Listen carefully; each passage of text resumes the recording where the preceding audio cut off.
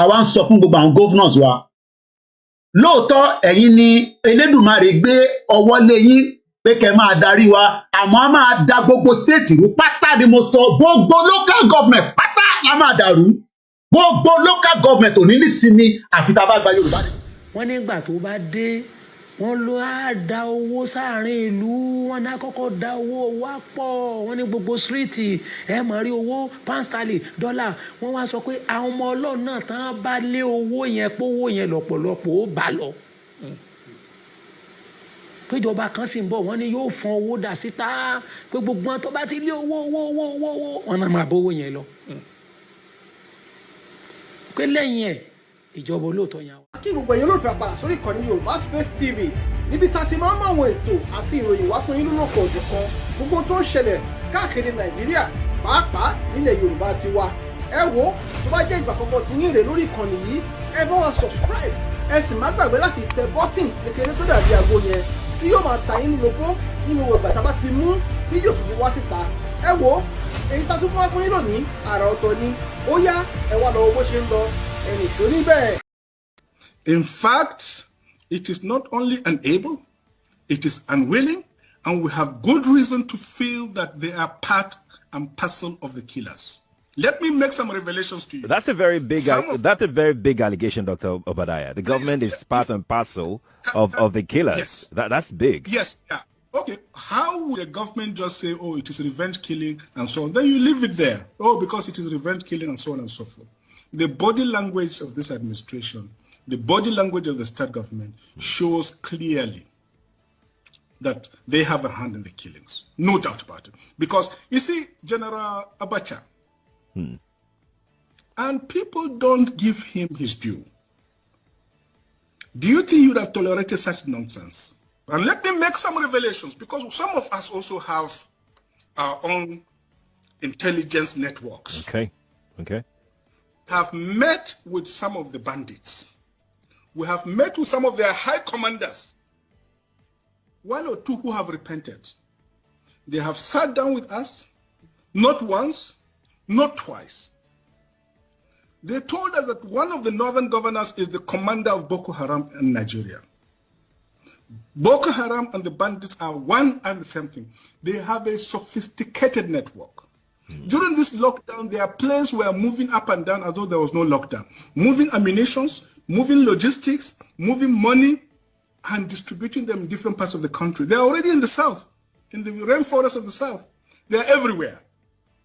They told us that when they finish these rural killings, they will move to phase 2.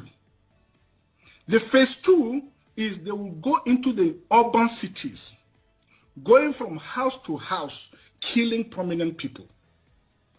I can tell you, this is the game plan. By 2022, they want to start a civil war in Nigeria. Mo wá ń bi gbogbo ọmọ Yorùbá pé ṣáà la fẹ́ dọ́gun sílẹ̀. Ẹ jẹ́ ká wo 2 years ago was that video. Only by almost 3 years ago. Only by 2022, a dẹ̀ wà ní 2024. Military then sọ fún wa pé we now have a new Boko Haram tó ń pè ní Lukarawas tó ṣe bẹ̀rẹ̀ ní Sokoto àti Kebbi. Níbo lẹ rò pé wọ́n ń bọ̀? Ọ̀dọ̀ wa ló ń bọ̀. You know why? Because there's an agenda láti make sure pé bí a ṣe ń pariwo pa fẹ́ kúrò nínú Nàìjíríà wọ́n máa fi ara ni wá ọdẹ máa fara nira wọn ni kò ń ṣàwà lórúkọ Jésù inshallah lágbára àwọn tó nílẹ̀ Yorùbá torí pé ohun tá fi ń sọ̀rọ̀ lójoojúmọ́ ohun mẹ̀kúnnù tó ń bínú pé kí ló dé tí ayé rí báyìí fáwọn táwa bá wà òkè nílùú òyìnbó millions of our people are suffering kò ń ṣe pọ̀ lẹ́ni wọn. And this is the reason why the awareness must continue. Mo kí àwa tí wọ́n ṣe fi 10,000 pé ká fi ṣe lára owó fóònù bẹ́ẹ̀ náà bá send 10,000 tabaríyàn 10 tabaríyàn 20 ara gbogbo ta fẹ́ rà. Táwọn ọmọ tó ń bá mi ṣiṣẹ́ tó bá wà comfortable nílé a lè ríṣẹ́ kankan ṣe. That's a fact.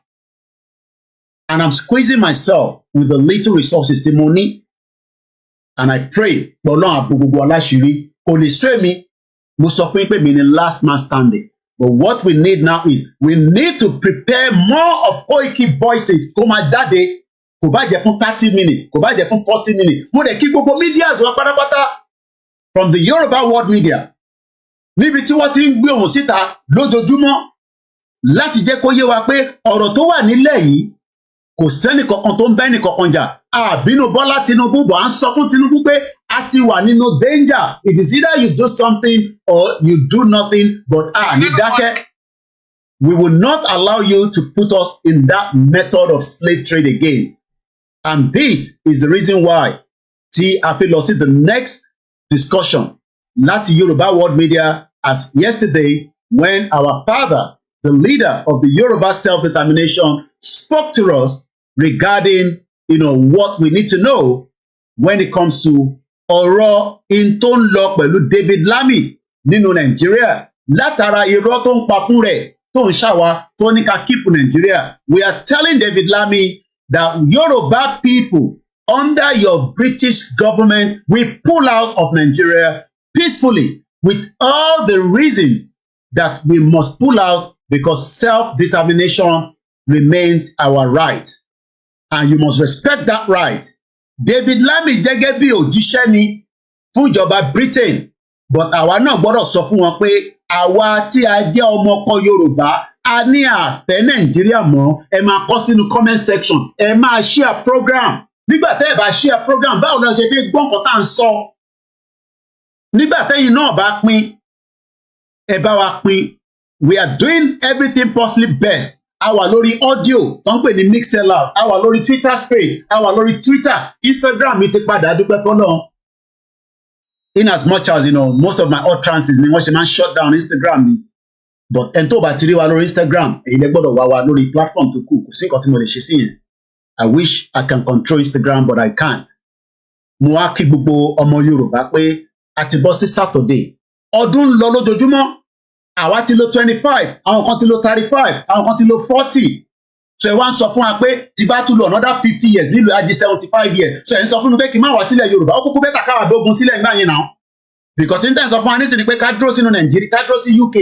Because if UK is pushing, yes, wọ́n fún àwọn níwèé lóòótọ́ ká bá lọ ṣiṣẹ́. So kémi wá ṣiṣẹ́ títí tí máa fi retire. Lóòótọ́ màmá gba pension. Millions of our people are not being paid pension. Wọ́n ò rí pension gbà nílùú òfò, nílùú burúkú. Wọ́n fi àjà wọn yẹn wá lọ́tún lọ́sì. Our people are suffering for a very long problem that British created. And this is the reason why we are trying everything possible best to stop it now before it is too late. Àwa nìkan kọ́ náà ń pè pàtẹ́ lọ. Even the Arewa are speaking out. Àwọn náà wọ́n fẹ́ lọ. Wọ́n ní àjọṣepọ̀ yìí kò wọ́ọ̀kì mọ́. Kólúkálukú máa lọ. Kò mú ìjà dání. And asking for a dissolution of Nigeria is not a war. It is just that bí bára wa ṣe mọ́. À lọ create borders ara wa. Olúkálukú á dẹ̀ máa ṣèjọba rẹ̀. That is all we are asking for. Nobody is asking for, to kill anybody. Nobody is asking for anything more than let's listen to this.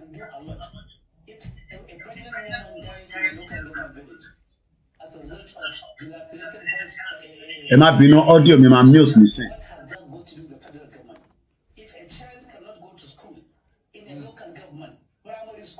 What has that got to do with the federal government? If the feeder roads are not good, what has that got to do with the federal government? They need to wake up from this slumber, do the right thing at the right time, at the right moment, before their names are written in the book of infamy. All right, Mr. Shield, I will stay with you for a bit because I see your point. So, from what the accountant, Mr. Agule, has explained, it looks like the thinking of the framers of the law or the proposal. I know that Mr. Ayodele Taiwo had posted yesterday that they will engage the northern governors so that some of these gray areas will be sorted out. And I hope that we're going to get the outcome of that conversation. But I listened to Governor Abdullahi Sule of Nasarawa State yesterday on our sister program, and he did mention that, look, what they want is let status quo remain. But it looks like the thinking of the framers of the bill are saying we want ease of accountability and tracking as well as promote subnational enterprise. But is the North also seeing this as some sort of fiscal federalism or restructuring through the back door? Is that a perception? It's just clearly the point. What you are saying is that there has been this call for restructuring. But for the North now, if I were to speak for the North, I would not speak for restructuring. I would think of giving people what they want. Yoruba nation wants Oduduwa Republic. In the name of God, give them Oduduwa Republic. This is 21st century. We have a right to choice. Biafra wants Biafra. Give them Biafra. Give every other nationality what they need. Because as far as I know, the relationship is sound. There is geometrical increase in suspicion across all expressions. The trust is not there. Suspicion is not there. And people want to develop at their own speed. If you want to go at the speed of rocket, please, you should be allowed to go at the speed of rocket. If you want to go at the speed of snail, go at the speed of the snail at your own peril, at the consequences coming to you. But for now, if anybody is thinking that physical federalism is the solution to Nigeria, he is not even understanding the geography, not understanding the history, not understanding the mathematics, not even aware of geometry and the geometrical implication of what they are asking about. Can do a lot. If a pregnant woman dies in a local government village as a result of dilapidated health infrastructure, what has that got to do with the federal government? If a child cannot go to school in a local government, primary school, what has that got to do with the federal government? If the feeder roads are not good, what has that got to do with the federal government? They need to wake up from this slumber, do the right thing at the right time, at the right moment, before their names are written in the book of infamy. Impediment to Yoruba development is the impediment to Oduduwa development. Without Nigeria, we won't be where we are. 1962, we were far ahead of South Korea and North Korea. We were far ahead of China even. We had television before France. We had radio before South Africa. Now look at where we are today. I think it's a shame that even any Yoruba man can be talking about restructuring at this point in time. What are we restructuring? This country that is already shot to pieces? I don't think that's what we want. But they are always talking about giving Nigeria a chance. The patience of Yoruba with Nigeria has come to an end. Impediment to Yoruba development is the impediment to Oduduwa development. Without Nigeria, we won't be where we are. 1962, we were far ahead of South Korea and North Korea. We were far ahead of China even. We had television before France. We had radio before South Africa. Now look at where we are today. I think it's a shame that even any Yoruba man can be talking about restructuring at this point in time. What are we restructuring? This country that is already shot to pieces? I don't think that's what we want. But they are always talking about giving Nigeria a chance. The patience of Yoruba with Nigeria has come to an end. Moki, brother, I just cited the Akalamago TV. Moki Bubba media as well. Like I said, this is not a one-man job. We are all playing multiple roles to create awareness. And Koiki Media nìkan lè dá ṣe àfi tí bá ti pé the monopoly. But what Koiki Media is doing is going to be pushing a different push. Because èmi ò fẹ́ káwọn media wa tó kù kó máa sọ pé a máa ja ogun ẹ fi yẹn lẹ́fẹ̀ẹ́ mi àti British government. And I know the reason why I'm saying that. Ẹ jẹ́ káwọn máa bá wa create awareness pẹ̀lú bàbá. Èmi ò fẹ́ kí bàbá sọ pé a máa ja ogun. Èmi sọ pé a máa ja ogun ní ogun la máa jà. Bó ká tó ja ogun yẹn, a máa create ọ̀pọ̀lọpọ̀ awareness. So mo kí gbogbo àwọn medias wa látorí wa olórí wa Dr. Zabi, the chairwoman of the Yoruba World Media. Mọ Yoruba World Media, follow wa rí, lọ subscribe, sanwó síbẹ̀. Níbo lẹ wá fi ti máa gbọ́ Yoruba Nation?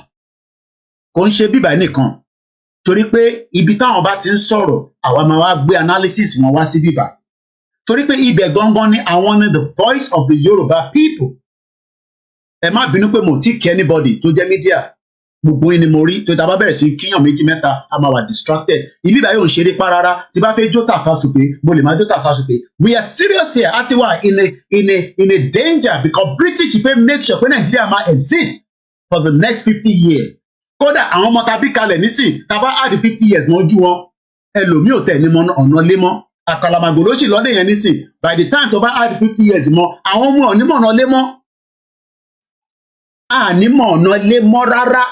And àwọn tó jẹ́ ọba mo sọ pé King Charles gan máa ti pé 125 years tá a bá add 50 years mọ́ age ẹ̀ tá a bá add 50 years mọ́ age bàbá wa Ọọ̀ni of Ifẹ̀ ẹ mọ iye ọdún tó máa jẹ́ kọ́lọ̀ ńlọ́rẹ̀ mi bàbá yẹn tá a bá add age 50 years mọ́ age yín ẹ̀yin náà máa wò pé níbo lẹ fẹ́ wà ṣé ká wá kúkú bẹ́tà rọ̀ ká da gbogbo ẹ̀rú pátápátá látòkè délẹ̀ ká wá fi 47 years àbí 40 years ká lọ fi tún ilẹ̀ Yorùbá tò ká lọ pé gbogbo ohun tó yẹ ká pè ká ṣe gbogbo ohun tó yẹ ká ṣe ká lè stop gbogbo àwọn tó ń ṣe jàjẹ́ nílẹ̀ Yorùbá títí kan àwọn ọmọ Ìgbò torí àwọn ọmọ Ìgbò yẹn ló rà pé máa ń focus ní bẹ́ẹ̀ ti gbàgbé pé Fúlàní wọ́n wà lábẹ́lẹ̀ Lebanese Chinese gbogbo wọn wà lábẹ́lẹ̀ so ọ̀rọ̀ tó ń bẹ nílẹ̀ yìí ọ̀rọ̀ pé kí gbogbo wa fojú wo pé ká dàrú fún 3 years ká wá fi 47 years ká fi tún tò I think that is the best option but ẹ bá ní ẹ fẹ́ dàrú ẹ máa wà nínú Nàìjíríà for 50 years kò ní rí bẹ́ẹ̀ torí àwọn ọ̀gbọ́dọ̀ máa fẹnu wa pa fẹ́ gba Yorùbá nation ká tún máa fẹnu wa sọ nǹkan míì àwọn èèyàn lè máa ṣàdúrà lójoojúmọ́ kò dẹ̀ ń ṣàwà nìkan là ń ṣàdúrà ọ̀pọ̀lọpọ̀ ti rí pé Yorùbá máa lọ àmọ́ jẹgúrújẹrá olè àwọn olóṣèlú tí wọ́n intimidate àwọn ọba wa mo fẹ́ ká kọ̀ sáré wo fídíò eléyìí ká máa lo fídíò ní fídíò torí pé platform mi ó wà very very delicate wọ́n ó kù díẹ̀ ní just few weeks ago because tó bá ti strike wa a ní lè ṣe gbogbo tá à ń ṣe lórí ìkànnì yìí mo fẹ́ ká kọ̀ farabalẹ̀ ká gbọ́ brother mi Àṣàbẹ TV mo fẹ́ ká gbọ́ ohun tí bàbá yìí sọ àwọn èèyàn ti rí nínú ẹ̀mí nínú ara pé irọ́ ló ń pa ní àkọ́kọ́ máa ti pè mí sẹ́ ẹ má pè wá àgbà kọ́ọ̀lù mi sí ẹ má distract mi ẹ má pè mí rárá ẹ fi ọ̀rọ̀ kọ́ọ̀lù sílẹ̀ nísìn ẹ jẹ́ ká farabalẹ̀ ká gbọ́n tí bàbá yìí sọ níwọ̀nba kíkíní ẹni tó bá fẹ́ gbọ́ ìtókù ẹ lọ sọ́dọ̀ Àṣàbẹ mo kí brọ́dà mi Àṣàbẹ o ẹ kú iṣẹ́ takuntakun torí ẹ̀yin tẹ̀ ń bá wa sọ dáadáa kí ló dé tí Oríyọmí Hamzat ò lè máa fi time sílẹ̀ láti máa sọ̀rọ̀ Yorùbá nation lórí platform wọn ní Àgídìgbò ṣèbí ẹ̀yin diaspora náà lẹ́ ń fọ́ndẹ̀ ṣé bẹ́ẹ̀ ni diaspora lẹ́ ń fọ́ndẹ̀ tẹ bá ń fọ́ndì kan gbọ́dọ̀ máa san tẹ fẹ́ náà kí ló dé tí Yínká Ayéfẹ́lẹ́ platform ẹ̀ tí kò lè máa fi time sílẹ̀ even if it's for 20 minutes kó máa sọ̀rọ̀ Yorùbá nation wọ́n rò pé in táwọn ṣe nísìn pé àwọn sá fún gọ́ọ̀mẹ̀ntì àwọn sá fún ikú but ikú ń palẹ̀ Yorùbá lójoojúmọ́ ikú dẹ̀ máa padà wá mú kíni ó máa padà pa gbogbo èèyàn náà ni including myself so why are we living in denial? Kí ló dé tí gbogbo àwọn tó ń sọ̀rọ̀ nílé wọ́n ní voices kí ló dé tí wọ́n reject Yorùbá nation ṣé Yorùbá nation fáwa nìkan ni ṣé Ìgbòho nìkan ni Yorùbá nation wà fún ni ṣèbí àárín àwọn pásítọ̀ tó ń sọ̀rọ̀ kí ló dé tí bàbá Adébóyè refuse láti sọ̀rọ̀ Yorùbá nation kí ló dé tí ìyá àdúrà Esther Ajayi kí ló dé tẹ̀ ń refuse kí ló dé tí Genesis àwọn èèyàn náà lọ sí church yín ẹ̀dẹ̀ ń pariwo pé Nàìjíríà gbogbo adé mọ̀ pé kò sí kankan ẹ̀mí kankan sí nínú Nàìjíríà mọ̀rọ̀ làpá we are all liars and deceivers. Ẹ jẹ́ ká gbọ́n tí bàbá ìsọ̀ mú bọ̀. wọ́n nígbà tó bá dé wọ́n ló á da owó sáàrin ìlú wọn náà kọ́kọ́ wọn wá gbé dìde pé wọ́n ló máa pa pé ọ̀pọ̀lọpọ̀ àwọn tán ti dá wàhálà lẹ̀ tán ti fẹ́ ibi wọ́n ló máa clear gbogbo wọn pé ogun ọ̀run á darapọ̀ mọ́ wọn máa rò pé èèyàn ló ń ṣiṣẹ́ ogun ọ̀run ti darapọ̀ mọ́ yá pa dẹ́ndẹ́ àwọn èèyàn pé tó bá ti wá ṣe bóun gangan kọ́ ló máa ṣe president pé tó bá ti parí iṣẹ́ yẹn tán wọ́n ní àkókò yẹn wọ́n nígbà tó bá dé wọ́n ló á da owó sáàrin ìlú wọ́n náà kọ́kọ́ da owó wá pọ̀ wọ́n ní gbogbo síríìtì ẹ máa rí owó pound sterling dọ́là wọ́n wá sọ pé àwọn ọmọ ọlọ́run náà tán bá lé owó yẹn pé owó yẹn lọ́pọ̀lọpọ̀ ó bá lọ péjọba kan sì ń bọ̀ wọ́n ní yóò fọn owó dà síta pé gbogbo wọn tó bá ti lé owó wọn náà máa bówó yẹn lọ pé lẹ́yìn ẹ̀ ìjọba olóòótọ́ yẹn wá dé ó ń bọ̀ pé inú Yorùbá ló ti máa jáde pé nìyẹn máa jẹ́ kó wọ́n ló máa jẹ́ bàbá kan ti sọ kan wọ́n ní ó máa fẹ́ ìbọn ní ó máa fẹ́ níbi ẹ̀ tó máa fẹ́ ní làgàn lẹ́nu. Hi there, did you know?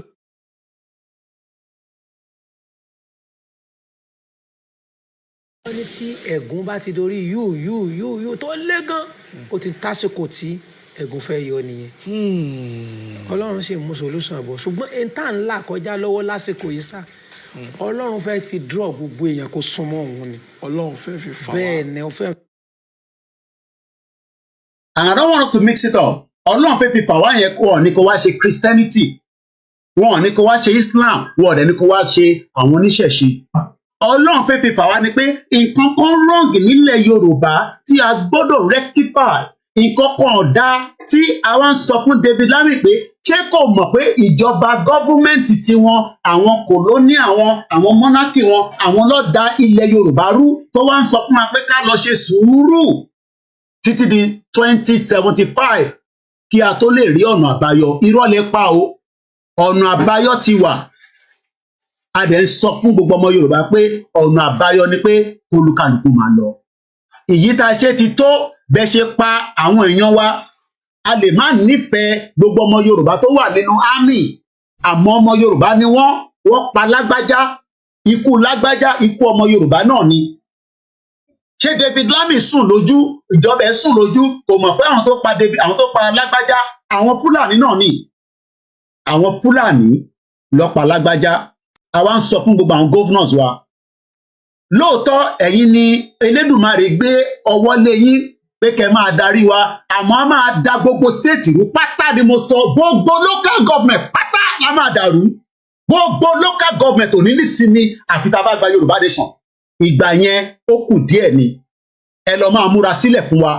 Gbogbo local government kò ní sísinmi níbẹ̀, kò sẹ́ni kankan tó máa kúrò ní state ẹ̀. Inú state yẹn náà láti máa ṣe crisis, inú state yẹn láti máa dá gbogbo sùúrùtù yẹn sílẹ̀, and it will happen very soon.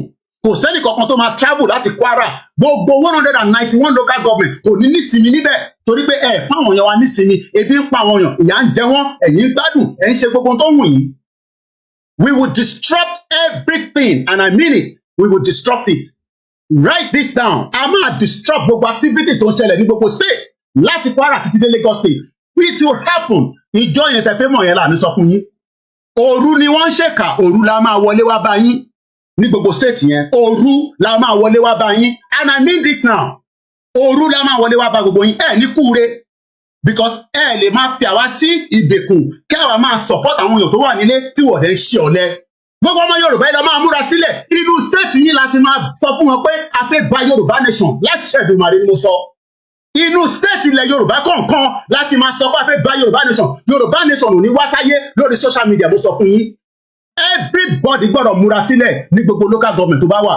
Àtọ́bìnrin ni, àtọmọdé ni, àtàgbàlagbà ni, àtolókòwò ni, àtẹni tó disagree. Ìyà ń jẹ gbogbo ọmọ Yorùbá, àwọn olóṣèlú ló ń gbádùn ẹ̀.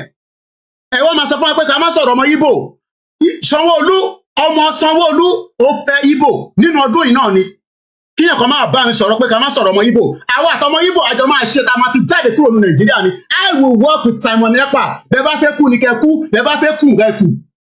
A máa bá Simon Ekpa ṣiṣẹ́ tá a máa fi exit Nigeria. That is what we are going to do. We will shut down the whole local government in Yoruba land. À ń sọ fáwọn gómìnà pé tó bá rò pé rọ́lá ń pa ni, ẹ dán wa wò ó kù díẹ̀. It is just a matter of time. Ẹ pé bàbá Kítóyè kájọ yanjú ọ̀rọ̀ tó wà nílẹ̀ yìí nípa pé Yorùbá fẹ́ lọ. If not, ẹ ní lè ṣèjọba nínú state yìí ni mo sọ. Ẹ ní lè ṣe anything nínú ilẹ̀ Yorùbá torí pé nǹkan lẹ́ni ilẹ̀ yẹn. Ẹ lè polórí burúkú ti yín fún ọdún mẹ́jọ, ẹ máa fi kówó jọ, ẹ máa fi fẹ́yàwó, ẹ máa fi ní girlfriend, ẹ máa fi travel, ẹ wá fẹ́ fi ní gbogbo alára. Ẹ ní kúre ni mo sọ, Ògún máa wọlé pa gbogbo yín ni. Láti òkè délẹ̀, láti Sanwó-Olú, títí dé Ògùn state, títí dé Kwara, títí dé Ọ̀ṣun state, gbogbo ilẹ̀ Yorùbá ẹ̀ ní ṣoríire ni mo sọ. A máa make sure pé ilẹ̀ Yorùbá yẹn gangan, ilẹ̀ north kan láti máa jà, ilẹ̀ Yorùbá yẹn láti máa kọ́kọ́ dàrú ká tó gba lọ sí north. Nígbà tá a bá ba bí ìbà jẹ́ tán, àwa lọ bọ́ wọn ní north. Tó bá fẹ́ fọ ogun kó fọ ogun, ẹ sọ fún David Lammy pé ogun bọ̀ ní Nàìjíríà. Ogun máa dé Nàìjíríà, mo sọ fún yín láìpẹ́ láì jìnà. Ẹ ní kúre. Ẹ jẹ́ àgbọn tí bàbá wa sọ, bàbá Kítóyè lánàá. My name is Olayomi Koiki, ẹ bá ń gba orí share button. Ẹ jẹ́ àgbọn tí bàbá sọ lánàá.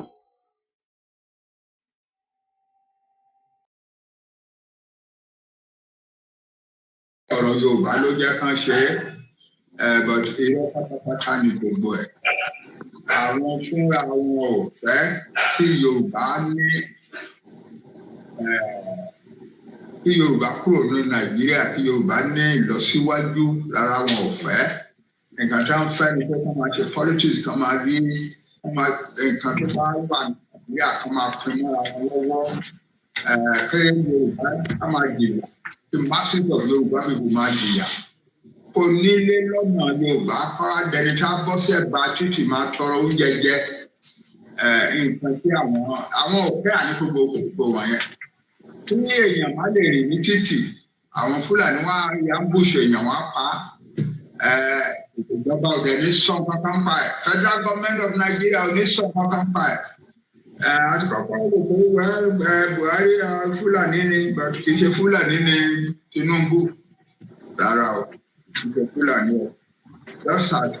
Buhari ò ṣe sọ̀rọ̀ nípa ọ̀rọ̀ Fúlàní pé wọ́n ń pààyàn káàkiri bẹ́ẹ̀ náà ni president ilé ìwé sọ̀rọ̀ nípa rẹ̀. Àwọn tó ní Nàìjíríà ló sọ fún wọn pé wọn ò gbúdọ̀ sọ̀rọ̀ nípa Fúlàní. Màá ṣàlàyé yé ilé nì.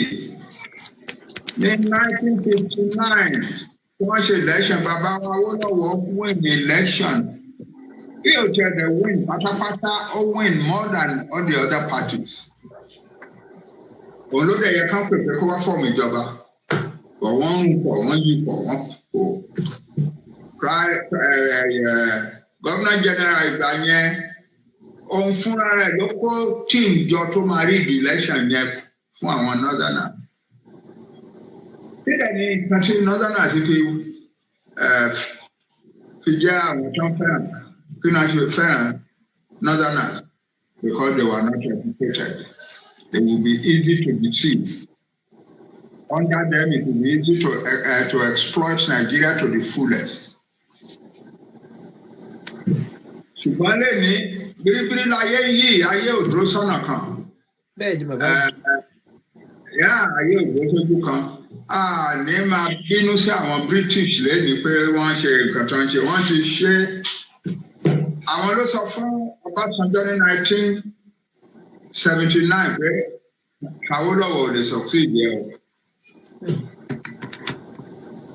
1979. Àwọn ló sọ fún Babangida, àwọn àti Fúlàní ló sọ fún Babangida ní 1993 pé Abíọ́lá win election kò lè ṣe president bí Yorùbá ni. Àwọn Yorùbá gbọ́ngbò wọ́n ní intellectual power too much. Àti pé Abíọ́lá mú tiẹ̀ wá ní kinní kan kékeré kan tó yọ lẹ́nu túnbọ̀ sí ní tiẹ̀ apart from being Yorùbá. Ó ti pẹ́ tó ti ń sọ̀rọ̀ reparation pé àwa dúdú a máa bẹ̀rẹ̀ ìsanwó padà fún wa fún gbogbo ìyàtọ̀ wá láti gba slavery. So the only Yorùbá man tí wọ́n lè gbà Yorùbá tó bá sọ̀rẹ́ndà pátápátá pé ọ̀kẹ́ mi ò ní ṣe ọ̀rọ̀ Yorùbá rárá, ọ̀rọ̀ nǹkan táwọn Fúlàní bá ti ń fẹ́ ni mo máa ṣe torí àwọn under the Fúlàní ni àwọn British ti rí tí wọ́n jẹ fúlẹ̀ lára Nàìjíríà.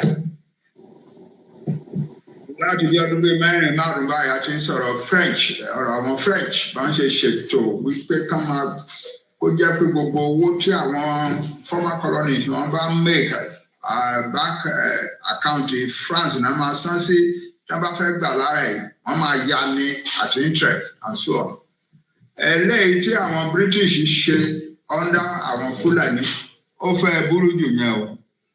Àwa ò fẹ́ máa sọ báyìí ni.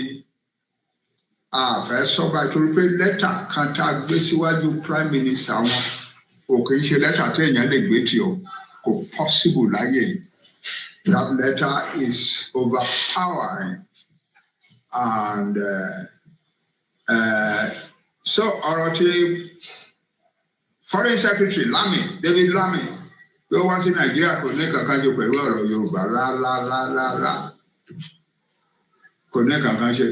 Irú remark tó dẹ̀ yẹ kí Prime Minister ṣe náà in a developing country like Nigeria náà ni wípé I hope pé lẹ́gbẹ̀rún ọdún èní ẹ̀yin lè máa jẹ́ the greatest economy in the world that kind of trash.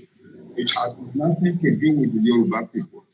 It has nothing to do at all with the letter we submitted to the Prime Minister of the United Kingdom. Therefore, ẹ̀yin ọmọ mi gbogbo ayé ẹ má bẹ̀rù. We are in this war to win it and we will win it. So ẹ má bẹ̀rù rárá. Ọjọ́ ló ti plan láti wá. mo like ibi tí bàbá ti sọ̀rọ̀ ń bẹ̀ yẹn. We are in this to win it, and we must win it. We will win it, thank you, and nobody can stop it.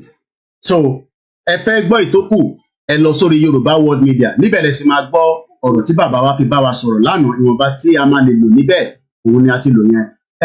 Nígbà tí a ti jọ àwọn ọ́díò kankan síta, brọ́dà mi kan náà ó ti fi voice tiẹ̀ náà ó fi ránṣẹ́ sí mi pé ẹ bá wa fi eléyìí náà, ẹ bá wa fi kún èyí tí ẹ ń lò lọ lọ́wọ́lọ́wọ́, ẹ jẹ́ ká gbọ́ èyí tó sọ láti iléeṣẹ́ wa níbí báyìí. Ẹ bá mi gbọ́ wọlé share button. Èèyàn 153 ló ń wò mí lọ́wọ́lọ́wọ́ lórí Koiki Media. Èèyàn 70 péré ló sì bá wa ṣe thumbs up. Thumbs up yẹn ibì kan wà níbẹ̀ tó sọ pé ọlọ́wọ́ báyìí ẹ kọ́ thumbs ẹ̀ up. Ó máa recommend the video yìí for the next channel, the next person. Kódà àwọn tí wọ́n bá wà against wa, mo wá ń sọ fún gbogbo àwọn ọmọ APC pé a nífẹ̀ẹ́ yín gan, àmọ́ àwọn tí wọ́n ń darí APC wọn ò nífẹ̀ẹ́ yín rárá, torí pé epo tẹ́ ń rà nísìnyí àti APC àti PDP gbogbo alájọ ń rà ní ọ̀wọ́n gbogbo. Ráìsì tí wọ́n gbogbo tá a ṣe fẹ́ gba Yorùbá nation, àkọ́kọ́ gbọ́dọ̀ sọ fún àwọn bàbá pé kó má jẹ́ kí ogun kó bẹ́lẹ̀ nílẹ̀ Yorùbá. Ẹja gbọ́n tí arákùnrin wa ìṣe. Now, this is the message for all king in Yoruba land. Ẹ̀yin ọba ilẹ̀ Yorùbá,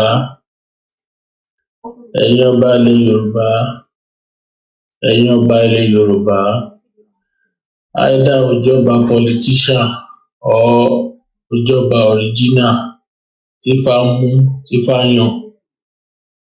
Àwọn ọmọ Yorùbá ló rán wa sí yín. Àwọn ọmọ Yorùbá ní ká sọ fún yín pé ìyà tí àwọn jẹ, tí bàbá àwọn jẹ, bàbá àwọn tó jẹ títí tí bàbá àwọn náà tún jẹ títí tó fi lórí àwọn náà títí àwọn ò fẹ́ káwọn ọmọ àwọn tó ń bọ̀ kí wọ́n jẹrú ìyà náà. Àwọn ò fẹ́ kí àwọn ọmọ wọn tó ń bọ̀ kó jẹrú ìyà náà. Gbogbo èèyàn balẹ̀ Yorùbá, gbogbo àwọn ọmọ Yorùbá pátá wọ́n láwọn ò fọwọ́ sí amalgamation, another amalgamation tẹ́ fẹ́ sign pẹ̀lú British. Oko ẹrú tó ti kọjá àwọn ò rẹ́dì láti ṣe mọ́, àwọn fẹ́ dá dúró ni. Ilẹ̀ Yorùbá tiwa ni ká dá dúró sí, Yorùbá nation a fẹ́ dá dúró ni. Àwọn ò fẹ́ kẹ́kọ́ àwọn pé British kan wọ́n ń tọ́ ṣé gbogbo títànjẹ tó ti tàn àwọn bàbá wa jẹ kọjá ìyẹn náà lẹ tún fẹ́ kọ́ àwọn sí. Àwọn ò ṣe, àwọn ń fi àsìkò yìí sọ fún yín báyìí, gbogbo ibikíbi tó bá wà lẹ̀ Yorùbá, àwọn ọmọ Yorùbá sọ pé àwọn ò fẹ́ amalgamation anything, àwọn fẹ́ dá dúró ni. Ẹ̀yin bàbá wa ẹ má pògbó léra yín lórí o. Ẹ̀yin bàbá wa ẹ má jálé agbọ́n o.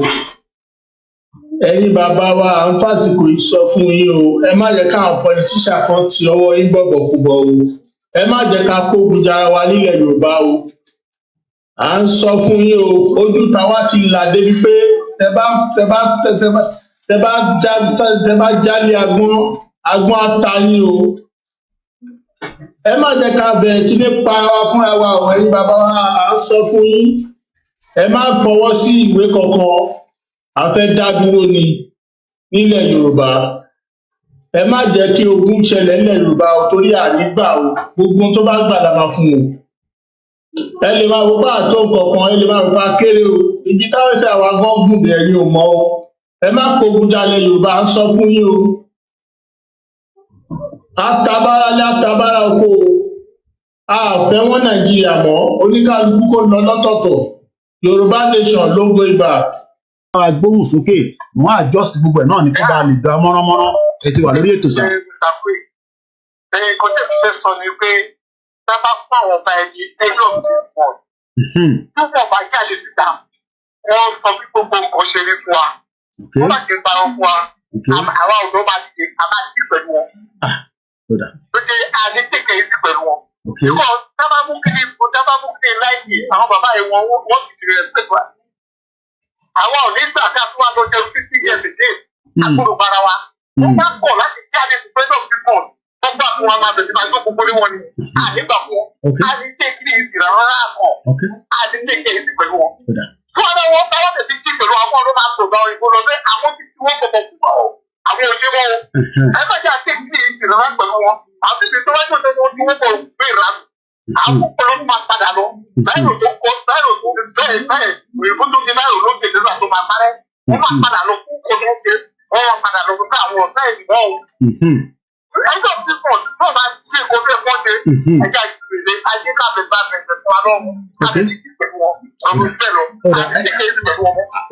àwọn èèyàn ti bínú tán o bàbá yìí ti bínú tán wọ́n náà wọn ò gbà pé ọba gbọ́dọ̀ jáde ní Koiki àwọn ọba gbọ́dọ̀ wá bá wa sọ̀rọ̀ kò ń ṣe lórí ìtọ́jọ́ ti ẹnìkan gbogbo platform pátápátá ẹ ti wà lórí ètò bàbá mi mute ti TV yẹn dádì mo fẹ́ kí yẹn interfere rárá torí ìní hot gan adẹ̀fẹ́ kó cool down ní ìbẹ̀kọ̀ fẹ́ cool down àwọn ọba la fẹ́ sọ̀rọ̀ lé lórí ààbọ̀ ọba níbí báyìí à ń pè wọ́n sákèésì ni ó mà ti lọ já nẹjà pé wọ́n padà gbogbo ẹ tó fẹ́ pè studio number yẹn máa jáde láìpẹ́ mo ti ń ṣiṣẹ́ lé lórí ẹ mọ̀ pé mi nìkan náà ni ẹ bá gbóhùn sókè dádì. ó ṣe láyọ̀ lórí gbogbo nǹkan tó àpò wọn náà sọ̀lẹ̀ sí gbogbo ìlú dáadáa british kìíní kan rìn káàkiri tó àpò orí ara wọn náà rí wọn tẹran mẹ́ran kíkọ kọ̀ọ̀pá lóde we are going we are not looking back tó máa gbà tá máa fún I don't care that is nonsensical British ló máa determine ní ìgbà tá a máa ní freedom wa kí la gbà lọ́wọ́ wọn gan pàápàá kí la bá wọn dà pọ̀. Ìwà sọ fún àgbẹ̀ 65 years which economic theory is that all this bullshit. Ìbò ti wọlé o. Irú dáadáa wò nìyẹn. And don't take care àwọn Boko Haram náà ti padà. Bàbá wa lágbájá wọ́n jọjọ́ ẹ̀. Yes, àti palágbájá. That's what is happening. Òdodo ọ̀rọ̀ rẹ o. We have nations before the British came. We had nations. Kọ́ńdọ̀ wo issue dáadáa. Fulani was never part of the tribes in Nigeria. Nationalities in Nigeria. Kí ni wàhálà dé?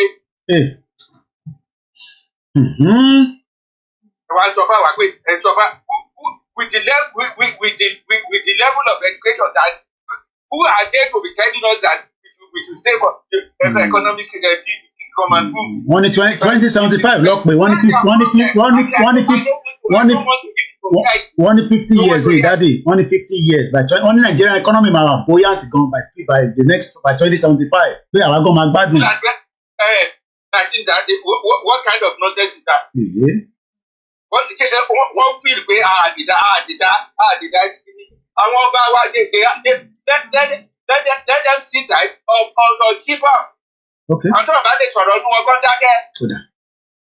Gbogbo nonsense yìí ó ti lójú ẹ̀. We cannot no going back o. Kò sí ìgbà tó ti Ìgbòho ti lọ sọ méjì lẹ́tà ìgbò tó mọ̀ pé wọ́n máa bẹ̀rẹ̀ àti pàǹtí wọn. Ṣé pẹ̀yìn náà ẹ ti rí? What kind of nonsense is this? Màá sọ fún wa pé another something. Àwọn àjọ máa rù mí. Àbí bèbí àná pè wá. Àwọn bàbá mi ti bínú tán lé ní o. Ẹ ṣé gan ni sir. Thank you so much. Ẹ jẹ́ ká máa bẹ́tò lọ. Ọ̀dà mú gbọ́.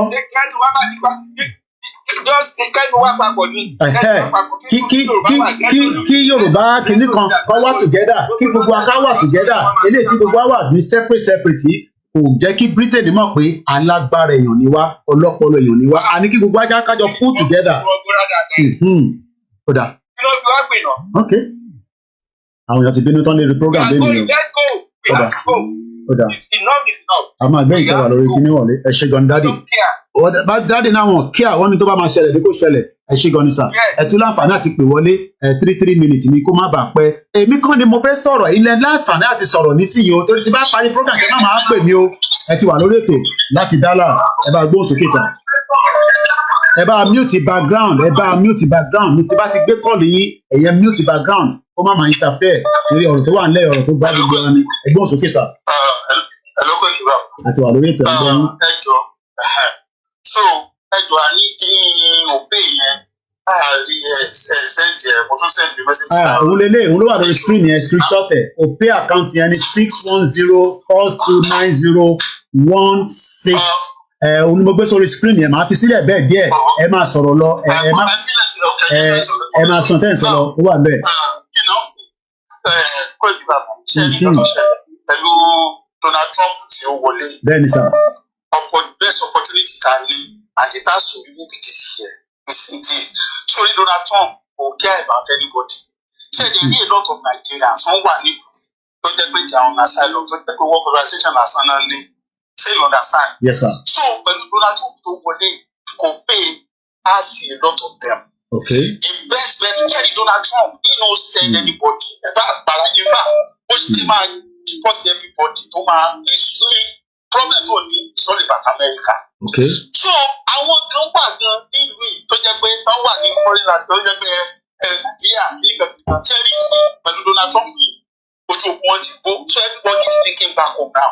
So now what I want to say now is that gbogbo mẹ́ta bá bẹ́ẹ̀ ṣe ẹ̀jẹ̀ àṣẹ lọ́dún yìí kó ń kálukú padà sílùú ẹ̀ kápọ̀ bá ṣe lọ́ máa yọjú lọ́wọ́. Ṣé lọ́dọ̀ àwọn bá ń ṣe kìnnìkan Britain wá wọn lẹ́nìkan wá wọ́n rí pàtì serious tí gbẹgẹ bá bẹ̀rẹ̀ lẹ́nu èmi ń bọ̀ nílé tí gbẹgẹ bá bẹ̀rẹ̀ lẹ́nu I dey tell you my brother they go see say we go go. Gbogbo àwọn bá sórí gbogbo yẹn orílẹ̀ yóò ṣe ní 2022 this is 2024. Thank you my brother. Ẹ ṣé gan ni fún gbogbo ẹ̀yin tẹ́ ń béèrè pé Koiki akúkú fẹ́ fún ẹ lówó ò dá wa lóhùn àkáǹtì náà ni ó wà lórí screen yẹn má bínú ẹ jẹ́ ń sáré ẹ tó ń pè yẹn mo fẹ́ override ẹ jẹ́ kọ́kọ́ wá síbí báyìí náà TJ bàbá àwọn tó lọ sí embassy nìyẹn wọ́n lọ bá wọn pò lẹ́mbàsì àwọn tó ń béèrè account number agbọ́dọ̀ fún wọn anáfẹ́ ra fóònù lénìí mo fẹ́ send ẹ̀ sí brother mi ni o TJ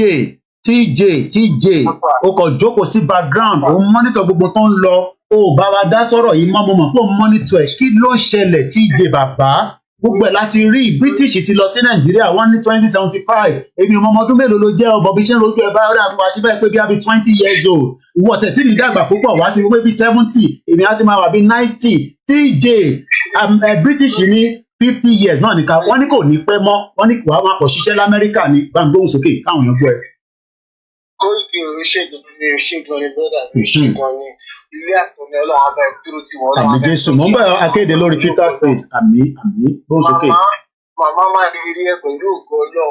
Wọ́n ń ṣàdúrà àwọn èèyàn ṣàbí fún mi o wọ́n ń ṣàdúrà àmì Allah àmì. Ó gbìyànjú ó ti sọ tẹ́lẹ̀ ó ní ọ̀dọ̀ last man stand wa mo lè gbà bẹ́ẹ̀ kó o last man stand wa kí a máa sọ lọ bóyá sọ nípa Yorùbá nation. Torí kọ́kọ́ lè fẹ́ bóyá àwọn èèyàn wa ní pé number one I will come in a negative way. Anyone go ahead. Ìyá ò tí tò ìyá yẹn ò tí tò tí ìyá yẹn bá tó sẹ́ I swear to God tí a bá dà sílẹ̀ lẹ́nu ní Nàìjíríà yẹn bó ṣe gbọ́ ló máa lè lọ́lé o mi fògùn ẹ̀gbá yìí ni pé bí wà lára àwọn tó máa padà lọ lé pé jẹ́ ká lọ fọ́ nǹkan tó kù bẹ́ẹ̀. A ní ìyá yẹn ò tí tò sẹ́ tí ìyá yẹn bá tó a máa ní àwọn external tó máa wọlé tó máa wá support àwọn tó wà nílé àbí tó fẹ́ wá láti wáyé ìbéèdì ilé. Tẹ́tí rí ta bá retí pé British wọ́n wà wọ́n ti mọ̀ pé yes wọ́n máa sọ wọ́n ní South Sahara òun ní West Africa ibẹ̀ ní kòkó ọbẹ̀ Africa ibẹ̀ ní kòkó ọbẹ̀ gbogbo Western world kan wà. Tẹ́tí rí èmi bẹ Ọlọ́run Donald Trump ti wọlé bíbá yẹn sí ó lè sọ ó lóun máa ṣe kí ni wọ́n máa ṣe massive deport èmi bẹ lọ́wọ́ àti ṣùgbọ́n lọ́wọ́ ó ṣe massive deport yẹn kó deport àwọn Africa àtàwọn Nàìjíríà tó ṣe wọlé kó deport wọn. Wà láìka láì kó deport ẹni kan Ọlọ́run àti ìṣọ́ àrùn lọ́wọ́ sẹ́ ó ṣe massive deport yẹn kó deport everybody Africa àwọn tó ti rí wọn lẹ̀ bíbá yìí ẹ bá dá Africa padà tẹ́lẹ̀ yìí ó yẹ ẹni lọ fi lọ sí airport Nàìjíríà. Wọ́n máa nìkan máa jó nǹkan kan. Bẹ́ẹ̀ bá kí ṣe jẹ́tìrì Koiki wo àwọn ọ̀rọ̀ kan wà pé ọ̀rọ̀ wèrè ni. Èmi kọ́ ẹ̀ ọ̀rọ̀ wèrè ni. Property tó wà lẹ́yìn a gbọ́dọ̀ dáwó káwá restruct ẹ̀ káwá tutọ́ padà. We are the owner of this thing. Tábà vandalize ẹ̀ bẹ́ẹ̀ ni wọ́n pé yes we are kept our life. Gbogbo iná lẹ máa pè má wọrí gbogbo ẹni tẹ́ ń pè TJ ń bá wa sọ̀rọ̀ lọ́wọ́ àwọn eléyìí lọ síwájú ẹ́mbásì ni ẹ bá rántí gbà kan tí wọ́n lọ sí embassy TJ wà lára àwọn tó lọ sí embassy kódà òun àti American police ọjọ́ mú kan lẹ̀ níjọ́ yẹn Ọlọ́run ló máa ṣàánú ẹ̀. It's our right to fight whoever oppressing our life. When we understand that it's our right to fight whoever oppressing our life. America mo wà yìí, and I'm not. Ipe ká sọ̀rọ̀, ipe ká jà fún nǹkan tó jẹ́ tọ́lù. Election bọ̀ nígbà yìí wọ́n jẹ́ ká yí kó yé wa pé wá kò sí nǹkan kan tá a lè ṣe. Kò sí nǹkan tá a lè ṣe. America is made by white. Tó wá lọ pé black mind white wà lọ́la. Àfọ́jú tó jẹ́ àfọ́jú white men. Tó bá fi compare. Tó bá gbé sílẹ̀ pẹ̀lú any black. Tí black yóò bá ní solid strong. Àtẹ àríbó ṣe lọ nínú election yẹn tàfẹ́ tójú bá ń dùn gbogbo náà láàrin. Ọmọbìnrin tó. Má lọ sí gbogbo bẹ́ẹ̀ everybody mọ̀ má tẹ̀ náà lọ sí bẹ́ẹ̀ everybody ti rí. Kẹ́mi Badenoch gan kò lè débi kankan bó ṣe wà yẹn. So wọ́n sọ fún wa pé bíbá yìí this is their own country. We have to go and fight for what belongs to us. Yoruba has been exist tó tó di pé ìbò dé. Ọmọ aládé ni wá wẹ akẹ́kọ̀ọ́ ọmọ àṣẹ tó dé fún ìbòdì tábà ṣe tán a máa jà pọ̀ tó kíni kò tó wà lẹ́yìn ẹbí òun bọ́ yẹn sọ̀rọ̀ a máa fọ́ kíní yìí ni tábà jà no pain no peace no pain no gain no pain no gain tẹ́tí ọmọ Yorùbá tó máa ń gbọ́ program ẹ̀ kó máa láti kó máa gbọ́ I don't give a fuck about anything. Amẹ́ríkà ni máa ń lo Amẹ́ríkà ẹ̀yìn tó máa pa Amẹ́ríkà náà lè wọlé. Ẹni tó bá kú ló máa sọ good story tó kù lẹ̀. Ẹ jẹ́ ká lọ change àìdí àwòrán wa. Ṣé láwọn ọba tẹ̀ sọ pé kó wá jáde kó sọ̀rọ̀ ẹ̀? Ẹ wọ́n come outside and say anything. Ṣèbí ìyàwó Tinubu wọ́n ṣà fún Ọ̀ọ̀ni. Ó fún Ọ̀ọ̀ni ní 3 million. Kọ́ni máa fi manage ni. Kọ́ni ní empire tó pọ̀ wọ́n ní ìdòwò táwọn máa fi manage. So nígbà tó bá lè gbé adúrú owó yẹn fún Ọ̀ọ̀ni. Ilẹ̀ Yorùbá ò lè rú kó lè ráyè. So kí lè wá sọ yìí náà? Táàbà mú àwọn pípọ̀ yìí, táàbà mú wọn dá níṣẹ́, láti dìbò pẹ̀lú wọn, ṣe dìbò pẹ̀lú ayé wa. We are not going anywhere. O ṣe gan ni, thank you so much. We are not going anywhere. O ṣe gan ni, mo bí ṣe gbọ́n wọn inú mi dùn gan, mo like voice tó bí wọlé. Tó wà lẹ́yìn, tó bá sọ pé Yorùbá yẹn àti ìṣetán láti yú ara wa. Tá bá ṣetán láti yú ara wa, tàbí jẹ́ Yorùbá, a máa jà fún ẹ̀tọ́ wa. Ẹ̀tọ́ a máa kú, ẹ̀tọ́ a máa kú. America doesn't belong to me, but I'm a privilege to be a citizen. If it don't belong to me, ilẹ̀ Yorùbá yẹn ni. Ilẹ̀ Yorùbá bá ti tán, a máa gba ilẹ̀ Yorùbá wa. Thank you so much. TJ bàbá, akéde wo ni mo fẹ́ kó wọlé kó tó di pé kọ́ọ̀lù máa override torí pé àwọn Twitter space wọ́n máa ń lọ́ọ̀kì wọn jẹ́ kí ráyè sọ̀rọ̀. Akéde ó yá gbóhùn sókè. Gbogbo ẹni tẹ́ ń pè ẹ máa pè wọlé. Àkànjú èmi ti jẹun mo ti yó. But mo fẹ́ kájọ woro tó wà nílẹ̀ millions of Yorùbá people tí jẹun nọ́mbà yẹn ló wà lórí screen ẹ má wọrí gbogbo ẹ ṣe ń pè èèyàn kan gbọ́dọ̀ sọ̀rọ̀ kan ká tó yẹ kí èèyàn kan sọ̀rọ̀ a fẹ́ lọ sórí Twitter space ẹja gbọ́n tákéde fi sọ gbóhùn sókè àkéde. Iṣẹ́ náà ni ẹ sà ẹ ká sùn sà. Mo rí ọ̀rọ̀ owó lábẹ́ káwọn bá sọ kò sọ̀rọ̀ lẹ́nu ọ̀dọ̀ sọ. Bẹ́ẹ̀ ni ká kàn fẹ́ fún wọn ní opportunity láti sọ̀rọ̀ bẹ́ẹ̀ nípa kan fẹ́ fún à ń ṣe nípa níbìtì fún wọn abẹ́ bọ̀wẹ̀ kì í sàṣìkò ilé ẹ̀kọ́ wọn jáde ká ní kọ́ sọ̀rọ̀. Ìgbà tí ṣíìpù lọ submit petition ìgbà yẹn ni wọ́n ń pè ẹ jáde nígbà yẹn pé ẹ jáde táwọn bá fẹ́ sáyìn wọ́n tó ní báwọn fún àwọn àgbà ọ̀sẹ̀ ìgbà yẹn ló ti yẹ káwọn wá dìbọ̀ ìgbà yẹn pé kì í sí tó yẹ pé kò di ọ̀nà. Okay. Nígbà tí British ti wá ní èèyàn wá, làwọn ẹ̀sẹ̀ tó wọ́n wá sọ̀rọ̀ bá wà pa ọ́ fún wa náà. Okay. Kí ni ìlànà bá ṣe fún wọn? Ọ̀rọ̀ tàbí ká wá sọ báyìí, wọ́n máa pa ọ́ fún wa. Oríṣiríṣi ìwọ́n tó máa tó kọ́ wọn lẹ́kàn tó wá sọ. Ṣé nípa fún wọn opportunity kan wá sọ̀rọ̀? Okay. Kò sọ̀rọ̀ tó máa fẹ́ sọ báyìí, wọ́n á sọ̀rọ̀ tó máa dùn wá nínú ni. Okay. Wọ́n á tún pé wà ní mọ́gà. Ìgbé wa ní mágà ni. Lórí ẹlẹ́sẹ̀ kan wọlé, èkó àti kó jáde. Ó jọ káfé kò jọ gàdé. Ẹ sọ̀rọ̀ jáde pé British fẹ́ sign another amalgamation. Bẹ́ẹ̀ni. And British ìsìnrán yẹn wá sílẹ̀ Yorùbá. Wọ́n ò jẹ́ wọn ò jẹ́. Kí nìyẹn ti fún wa ní sáà rẹ̀? àwọn bá dẹ̀ dákẹ́. Àwọn bá náà wọn náà ń ṣiṣẹ́ lé lórí náà ni àwọn bá sọ pé àwọn ń ṣiṣẹ́ lé lórí. àwọn gbọ́dọ̀ kankan ṣe lé lórí. wọ́n sáyẹn because wọ́n gbé jáde. kí ìyẹn la máa ṣe fún wọn. wọ́n á fi sọ̀rọ̀ ọ̀rọ̀ tiwa náà wà expect òun ni ká ṣe kí yẹn ká bá ṣe kí yẹn fún wa sọ̀rọ̀ jáde. ẹ ṣe gan mọ̀ ń padà bọ̀ ẹ má sá lọ ẹ ṣe ìgbà mute mọ́ bẹ́ẹ̀ gbogbo ẹni tẹ́ ń pè ó yẹ sáré máa pè wọlé pension wọ́n ní pension ti tán báyìí o gbogbo ẹni tó fẹ́ bá mi sọ̀rọ̀ 40 miss call ẹ̀yin lẹ máa wá pè padà torí mo lè máa pè yín ẹ wá jẹ́ ká máa ṣe ní kíákíá ní 3 minutes ẹ ti wọlé mute background tí bá ti lè gbé kọ́ọ̀lù yín ẹ mute background ẹ go straight to the point bẹ́ẹ̀ bá fẹ́ kí ni gan kò pọ̀ sí ẹ kí ni ẹ go straight to the point.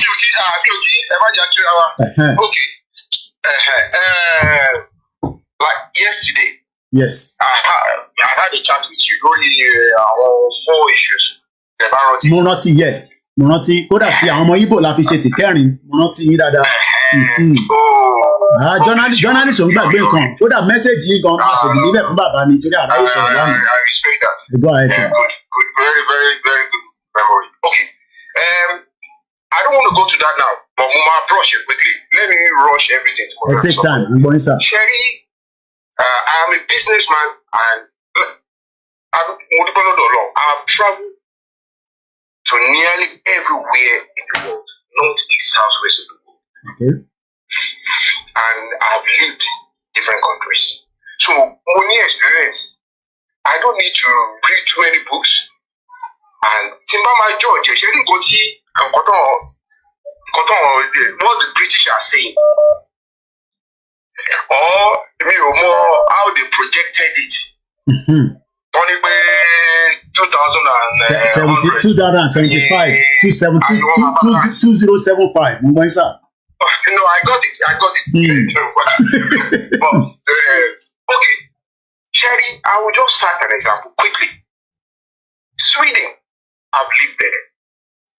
Sherry country here was a poor country back in the days. If you are there in the 60s, it was a poor country. Today is one of the richest countries in the world. Even in the 70s, they were struggling. Picked from 70s, 80s, and today, they are great. I will pick another example. I've been to Poland. Cherry Poland. When I was in Belgium back in the days in 1991, I used to work with one of my dad's colleagues. Ó máa ń sọ̀rọ̀ fún mi pé tó bá ti rí a Polish man tó bá ti wọlé sọ́dọ̀ ẹ̀ sá fún. I was working with the INEs, motor dealers. So, tó bá ti wọlé sínú garage, jẹ́ ká sá fún wọn. Because he gave an example. Only tí o bá sá underwear sí, tí o bá hang underwear sí ta, a Polish man, homage, respect to them. I'm not here to disrespect anybody. But yeah, that was the image every European, everybody in the world had about Polish people. Because ìlú wọn ò lóòótọ́. They were based on lies. Tẹ́ bá rí 10 out of them, 9 out of them máa parọ́ fún yín. Ó máa fẹ́ kọ́nà yín to make it. Now, this is the situation we have in Nigeria. Before I go now, I will cite another example. Fún àwọn projection tí British project ni o, kí everybody lè get it right, but not they are just talking nonsense. Ẹni tó jókòó tó sọ̀rọ̀ yẹn, we are far ahead ní ọpọlọ pẹ̀lú wọn. Brazil, China, Nigeria, India, and one other country. Wọ́n pair well together in the early 80s. We were projected to be the richest, the most powerful because of the populations and everything and the resources. Our countries here ni. Àwọn tó backslide yà mọ̀ wọ́n. Àwọn tó gbórí ìrí wọlé, wọ́n gbórí ìrí wọlé. But the projection about Nigeria then, today, are we enjoying anything? Are we as good as China? Are we even near to are we I mean fit China and India and Brazil and Nigeria all over your king Olano. So the projection doesn't make any sense. It's a mere stupid things that people put together. Our factors should make sense. Nobody should take that serious. Please, I beg everyone. Okay. So, if it's more than a low projection, I want to nullify that one straight away. And I can go on and on. But let me run it up. Our Tomba Wagbe as a host, we have lived, or let me say, the Ghanaians in millions, more than 2 million of Ghanaians have lived with us in the Yoruba land. And as a host, we did not get it wrong with them. Till tomorrow, we have good relationship with them. The Hausas they've lived when the West was the West, and it will always be the West, like Barolongwaba. And when Hausas they were in billions, that people were Dawala to you. And Yibo. And what I want to say is, please, they can know how to approach this. See, or hate you, or don't hate you. The reason I'm saying this, hate is a very dangerous factor. Hate, if I go on and on, I'm passing from generation to generation and generation, and it will tell about not. But it will remain there forever. We need to quench it and we need to put a stop to it. Whichever way, the Bafia will put Amen. So let's work on that. We don't need that hate. They don't need to hate us. Hate will bring so many things. Terrorism and all this and killing and all that and all that. So please, lastly, sir,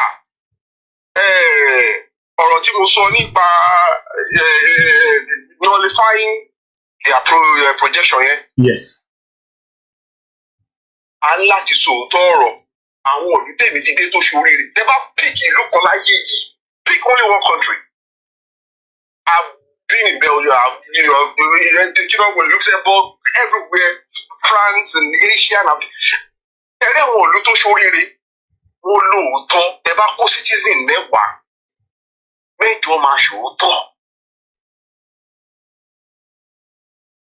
need one project. I don't know who's going to come up with it. How can we go? I don't know what you can do. I need project. Can you impact to it? I'm also for the moral talk, the Omoluabi thing. That name Omoluabi, let us inculcate it. Let us put it in our children, our upcoming, or even the ones that are grown. Let us put it in them. Ipe bá ṣe ń wà láyé ọjọ́ sí rẹ̀ tó bá gbé ṣu sí bíbí yóò gbúdọ̀ gbé o. Nǹkan tí ìlú fi dá nìyẹn o. Ó ṣe pé everybody wá di yahoo, everybody di wèrè, everybody di nuisance. Are you expecting the country, the society or the community to be good? Please, that's my final straw. Ẹ jẹ́ ká wá ọgbọ́n tá a máa fi jẹ́ ẹ fẹ́ mú governmental person mọ́ra tá a máa fi sọ fún ọ pé plan wa rè. Come and teach in school. Primary school, come and teach in secondary school, come and teach here everywhere. This is how you behave, this is the moral about it, this is how you don't lie, or you lie, or you pass up pushing marry to bash a parrot, you know what I do. Our eastern part of Europe, they want parrot, all those countries, I can name them, oh, show you. This is now to debate, or what all Poland is getting better now because they are now adopting. So that's it. I won't say more than that. Please, I've taken too much of the time. Well, it's okay. I do follow. About Igbo wa lọ sí Igbo bita fẹ́ lọ. Mo kí Bishop Adesina, mo kí ìyá mi tó ṣe gbori wọlé. Mo kí Arole Dedua. Clement says, and I quote, when Nigeria break apart, we should have nothing to do with them. No embassy, no relationship for the next 50 years for making effort in firm yearning of the 1914 expiration of the amalgamation. Gbogbo ẹ̀yin tẹ́ ń pè náà ni mo fi máa pè ní méjì mẹ́ta padà torí gbogbo ilẹ̀ ní right. Ẹ̀yin tẹ́ wà lórí Twitter space a sì máa gbé gbogbo yín wọlé torí pé gbogbo náà ni ọmọ Yorùbá. Even if you are APC, PDP wá bá wa sọ̀rọ̀ ẹ ti wọlé ẹgbọ́n sókè sà. Ẹ rọra sọ ẹ kú àjọyọ̀ sọ. Àwa ni ẹ sà. Ogun State lèmi ti sọ̀rọ̀. À ń gbọ́ yín kékeré. Ẹ ṣe gbọ́dọ̀ sọ. Àwọn ọba àlè ní ká máa dúró dà àwọn ọba ní pé kọ́ support wọ́n ti jẹ́ dodo wọn lè so dodo ẹ̀gbọ́n mi. Ṣé Naija àwọn ọba fẹ́ ṣẹlẹ̀ tí Nàìjíríà bá ti burst kí everybody tí náà wà títí everybody fọ́n síta ọ̀hún ní fi wá lókun sílẹ̀.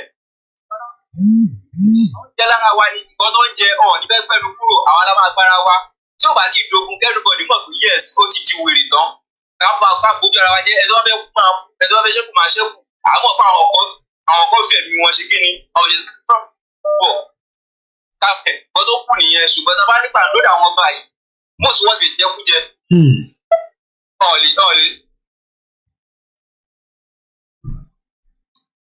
Network kò jẹ́ ká gbọ́ bàbá wa mọ́. So action la need sí. So tẹ́yìn bá láǹfààní mo kí gbogbo ẹ̀yin tẹ̀gùn state láti gbogbo local government àwọn ọmọ Yorùbá tó ń bẹ níbẹ̀ àti tó ṣe ti Yorùbá nation àti tó ṣe tẹ́ bá láǹfààní àti bá David Lami sọ̀rọ̀ ìyẹn arákùnrin tó gbé lẹ́tà yẹn wá tó wá ń sọ fún wa pé Nàìjíríà máa da làgbà tó ń pè látògùn state tó máa ríṣẹ́ ṣe partnership ni kí lẹ́yìn máa sọ fún David Lami. Tí David Lami tẹ́ bá láǹfààní àti rí David Lami sójú tó dẹ̀ sọ pé Nàìjíríà máa da ní 50 years from now pé ká lọ ṣe sùúrù kí lẹ́yìn máa sọ fún. Àpárá tí wọ́n lọ sọ yẹn sí àwọn alára ló mọ bá yẹn ń ta àwọn alámọ̀tí bàtà tí táwa lẹ́sẹ̀ kò lè bá wa sọ yẹn wọn ò lè decide fún wa àwọn alámìlú wa jìbìtì tó wá ṣe òun ló jẹ́ kó agamẹ́ ti wá pọ̀ òun kọ́ ló fẹ́ decide fún wa. Tí ó bá ti di wèrè ó máa dógun ni kò lè bá wa sọ àwọn kọ́lọ́fẹ́ decide for we owns our life we owns our land. Jìbìtì tó wá ṣe òun lọ́ọ́ fi so wá pọ̀ sínú ẹrú tó dáa sóko ẹrú yìí. So action làwọn gbọ́ nídìí fúnra wa because àwọn ọba yẹn wọ́n ti jò lọ́ọ́ ti jẹ dòdò wọ́n mọ̀ pé ẹ̀sùn tẹ́lẹ̀tẹ́lẹ̀ ni ọ̀fìn ìjọba ń fún àwọn jẹ ẹ̀tọ́ wọn gbogbo wọ́n ti gbà wọ́n ti gbẹ̀tọ́ ọba mọ́ tiwọn. Wọ́n sọ̀dà local imagine. Ẹ ṣe gan bàbá wa mo kí yan gbogbo àwọn tí Ogun State ọba ò láṣẹ. Ìjọba ló tún pàṣẹ fún ìjọba tó yẹ pé ẹrú làwọn ilé ẹ̀kọ́ máa ṣe ẹrú lábẹ́ ọba kó máa gbàṣẹ lọ́wọ́ ọba kó ló tó ṣe ní ìsìn. Bí àwọn ọba wọ rántí bí àwọn ọmọ wọn ti gbàgbé. Ọmọ ni ìjẹkújẹjẹ ni ìwòsàn ti mọ̀ pé káńkàn fi kọ́ kékeré tọ́ Yorùbá lẹ́nu là tábà ti fi kọ́ tọ́ wọn lẹ́nu wò báyìí lójú wọn ó ti jèrè ìyẹn ọ̀dẹ̀ mọ̀ pé kékeré ìbẹ̀rẹ̀ fún wọn jẹ́ ńlá abẹ ó wà lápò tiwọn. Ó wà lápò tiwọn jẹ́ ká máa tẹ̀síwájú ká bọ́ sí street. Ẹ ṣé gan ni torí àsìkò ni jẹ́ ká lọ sí the next caller láti Maryland. Mo kí bàbá mi Adébáyọ̀ Yusuf Adébáyọ̀ Ọlárẹ̀wájú Táíwò sọ pé action mo kí olórí ẹbí wà látà. Fẹ́yìn tẹ̀ ń wo àwọn fídíò tó wà ń sálẹ̀ yẹn arákùnrin tó so mọ́lẹ̀ yẹn bó ṣe kó wa lẹ́rú nìyẹn ní on the left hand side eléyìí tẹ̀ ń rí yẹn shinap mirror àtàwọn nǹkan tí àwọn òyìnbó fún àwọn bàbá ńlá wa àwọn ọba tó fi kó wa lẹ́rú wọ́n wá ní kò ń ṣe gbogbo ọba o wọ́n náà àwọn ọba kan wà tí wọ́n náà wọ́n nígbà níjọ́ náà wọ́n intimidate wọn ni ṣé Britain intimidate àwọn ọba tìsín ni àbá àwọn ọba tìsín ló kọ́ accept gbogbo rubbish yẹn ẹ bá gbóhùn sókè ẹni tó ń pè wá. Hello, White Lion. À ń gbọ́ yín mà. Ẹ kú iṣẹ́ takuntakun. Àjọ ń ṣe náà ni mà. Ọlọ́run á fún yín ṣe. Àmì Jésù á fún gbogbo wa ṣe. Gbogbo wa náà ta àjẹjà because mo wà lára kan lára àwọn mega rally. Wow, very good. Ẹ ṣe gan ìyá mi, ẹ ti wà lórí ètò. Ṣé rí nǹkan tó ṣẹlẹ̀? Ọ̀rọ̀ àwọn èèyàn wa níbi yẹn kódà tá a bá ní kò sí wa irọ́ la pa. Mi ò mọ nǹkan táwọn ọba tó ń rò ṣé ojú wọn fọ́ etí wọn di wọn ò rí wọn àbí wọn gba ojú láti sọ̀rọ̀. Ọmọ nǹkan tó wọ láàrin jẹ yẹn. A lè sọ pé bóyá wọn ò ní kankan fi rán náà pa. Wọ́n jáde ká fi ẹ̀gbọ́n táwọn aráàlú tí ò mọ nǹkan tó lọ bíkọ́ irú nǹkan bẹ́ẹ̀ náà tó ṣẹlẹ̀ èmi gan náà ìgbà tí mo dé western world yìí ni mo tó rí wípé Nàìjíríà wọ́n fẹ́ pa wá akọ̀ròyìn lásán ni òkú làwọn èèyàn tó wà bẹ́ẹ̀. Bẹ́ẹ̀ ìtọ́ mo fi máa jáde skul kò ṣiṣẹ́ kò sí kankan kò sí ná ẹgbẹ̀ tún ní ẹ láìsí pé káwọn èèyàn wà bẹ́ẹ̀ ló yẹ kó fọwọ́ bọ̀ wé yẹn gbogbo ọba tó fọwọ́ bọ̀ lágbára Ọlọ́run orí àwọn ọmọ kéékèèké tó ń fìyà jẹ orí arúgbó tó ń fìyà jẹ orí ọ̀dọ́ tó ń fìyà jẹ apá gbogbo wọn lẹ́kún alẹ́ kò sí kankan nínú wọn tí wọn máa dùn lágbára Ọlọ́run. Torí àwọn bàbá yìí àwọn bàbá Títóyè bàbá Ìgbòho wọ́n gbìyànjú gbogbo anybody tó ń ṣe Yorùbá nation wọ́n gbìyànjú ṣùgbọ́n àwọn èṣù lẹ́yìn ìkejì tó jẹ́ ọba yẹn náà ń dá gbogbo wàhálà ìṣílẹ̀ náà jẹ́ kó ṣeé ṣe inú tiwọn náà jẹ́ ní dùn kálẹ̀ kódà bí wọn bá dùn láàárọ̀ kò ní dùn lọ́jọ́ alẹ́ wọn lágbára Ọlọ́run tó bá wá sẹ̀ tó bá fẹ́ gbọ́ tó bá yá Ọlọ́run á gbé egun yẹn dìde ká ní gbogbo ìlú yẹn lára ká máa bọ́ lágbára Elédùmarè torí àgbàtì àdúrà àwọn tó wà bíbá iṣẹ́ padà sílé oníkálukú bí ẹni pé èèyàn kan dààmú ara ẹ̀ gan nìyẹn ń ṣe ní àgbègbè àwà yìí a lè máa ṣọ́pá owó téèyàn rí tí òfin dùnú rí owó téèyàn rí tí wọ́n pẹ́ àtọ̀rọ̀wò gan náà iṣẹ́ tá a máa ṣe àmọ́ bí ìlú ṣe rí téèyàn bá débi tó ti wá yàtọ̀ tí bá ṣe wà bíbá ó gbójú nǹkan tẹ́ gbọ́dọ̀ ṣe lọ́sibí tẹ́ ti wá kò sí yẹn bẹ́ẹ̀ ṣùgbọ́n ní bíbá yìí gbogbo bá a ṣe ń gbìyànjú tó wọn ọ̀jẹ̀ kó yọ ẹ bá fún wọn lówó nílé kò tó wọn. kí ló fẹ́ ká tó wá máa ṣe iṣẹ́ bẹ́ẹ̀ pọ̀ bíbá iṣẹ́ tẹ̀yàn ń ṣe bíbá kò ṣiṣẹ́ kékeré.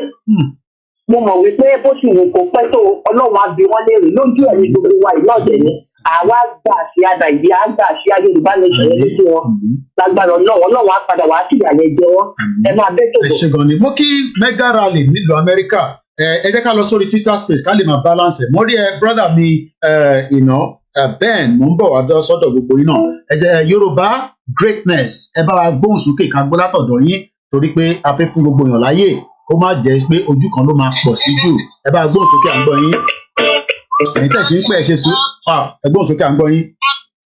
Yeah, ṣé ẹ gbọ́ mi? I'm driving at the moment, so ní bínú ọ̀rọ̀ tí mo fẹ́ sọ is ṣé ẹ gbọ́ mi? Ẹ máa sọ̀rọ̀ la à ń gbọ́ yín mà à ń gbọ́ yín mà. All right. Now, the problem that we have, and we have to be realistic with ourselves, is our Yoruba politicians are on your Yoruba land. And they are the ones that we have to face. Even in terms of the British, it's those Odale politicians that they're facing. Amazingly, you'll find that they're only few. But because we haven't put out a proper campaign against them, we're just going out in circles. So what I'm suggesting is there should be a grassroots campaign against these evil Yoruba. Look, what we have are enemies within. If we don't face them or find a strategy to face them and discount them, then we're just going round in circles. Okay, for example, àwọn Igbo tó jẹ́ pé wọ́n attack wa, tani fún wọn láyè. Isn't that these Yoruba politicians, the liberal ones, the Yoruba ones that are amongst us? Àwọn ló yẹ ká face now. Àwọn ní ọ̀tá Yorùbá, àwọn ni wọ́n fún àwọn jẹ́ kí àwọn tí wọ́n jẹ́ kí Yorùbá kí wọ́n jẹ́ kí wọ́n máa mọ́lẹ̀. Nítorí pé kí ni nínú alátẹnujẹ nǹkan tí wọ́n máa rí jẹ, they're only thinking of themselves. They're not thinking of the Yoruba nation that is even greater than them. Okay. So let us be realistic. We need to fight. We need to face our enemies, and the enemies that we really have are the Yorubas amongst us. Okay. They are the ones that we need to be calling out. You see, Tabati Sheye, Tabati Bewajati. Yes. The rest is easy because then majority of us that we really want our freedom, we will now come out in full. But so long as we are just dancing around the circles and not calling out these evil Yoruba politicians, then I'm afraid we're literally wasting our time. So we need a grassroots campaign. Okay. We need a grassroots campaign against these Yoruba politicians in all our universities, in all our markets. Okay. And make it clear exactly what it is that they're doing. Because without them, okay, for example, let the caller finish and then I'll bring you in. Just hold on there. These Yoruba politicians are voted into the Senate. Okay. They are voted into they are holding House of Representatives. They are holding wards. Okay. And communities. What are they doing to improve, to prioritize Yorubas first? Okay. They are giving out our jobs that should be going to the youth. Are being given to all these non-indigenous Yoruba people. That will be what she's imagine most of the public houses that are publication houses are being held by these Igbo people. Okay. the free healthcare and the education. Why are we servicing these non-indigenous people? Why are they not going to their states to claim what is rightfully theirs? Are we not all receiving federal government allocations? Okay, all right. Let me ask a question there. And caller, just reduce the TV set there. The caller on the other line there. Reduce the set, please. I'm going to bring you in a minute. Reduce the set because it's filtering back out. The question is, Tabashi Wanino Nigeria. Is it not the reason why we are one Nigeria? We want Nigeria. Everybody has the right to go to any state, and the governors can work with anybody from other indigenous people. I'm just asking a question. Because as long as we... Hold on. Let me wait 1 minute. When we are one Nigeria as it is right now, every Nigerians have the right to move anywhere across any part of Nigeria without no restriction. Any Nigerian has the right to apply for a job. Is entirely up to whoever gives them the job. So why should we blame, those indigenous people? And I know you are putting the effort on our governors, but is it not the reason why if we have a country of ours, we might be able to convince those that still believe in one Nigeria, because we are many Yoruba people that are shouting against indigenous people that are not Yorubas, but they don't want Yoruba nation. Because you cannot resolve most of this problem if we are still in Nigeria. And I'm sure you know that. Just another 30 seconds because I'm going to take more calls. Go ahead. Can I answer your question?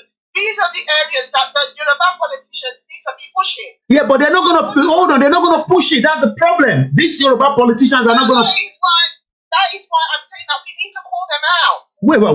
We've been calling them out for the last 4 years. We've been calling them out for the last 25 years, even before Yoruba Nation started. I was in Nigeria in 2015. They're not going to listen. Well, we can't say that they're not going to. They're not listening. You know that. I myself and you know that. They're not going to listen. Let's stop deceiving ourselves. Akeredolu that was even lenient to Yoruba people, they don't listen until he died. Why are we living in a denial that they're going to listen to us? How are they going to listen? You've not given me how they're going to listen. They're not going to listen. Olayomi, yes. I'll be honest with you. Because, we have been on this campaign for many years. Well, I've known you now for about 3 years. Let's leave that alone. How are they going to listen is the question. No, that's what I'm going to answer. I'm just trying to answer your question. Yeah, there's a lot of calls on the line. Go ahead. I have not seen that we have actually had a one-to-one with these politicians. How do you know that? We've only been speaking on social media. Oh, maybe that. Okay, I'll come back to you. Maybe that is what you are thinking. It is far beyond social media. I was in Nigeria in 2021. I went to Nigeria in 2021 and I did engage Baba Adebanjo. Baba Adebanjo is one of the closest to some of these politicians. I cannot reveal some of what he says, but it's like, you're not going to come back to me maybe in the next few minutes. I'll let you drive. I'll come back again to you. I have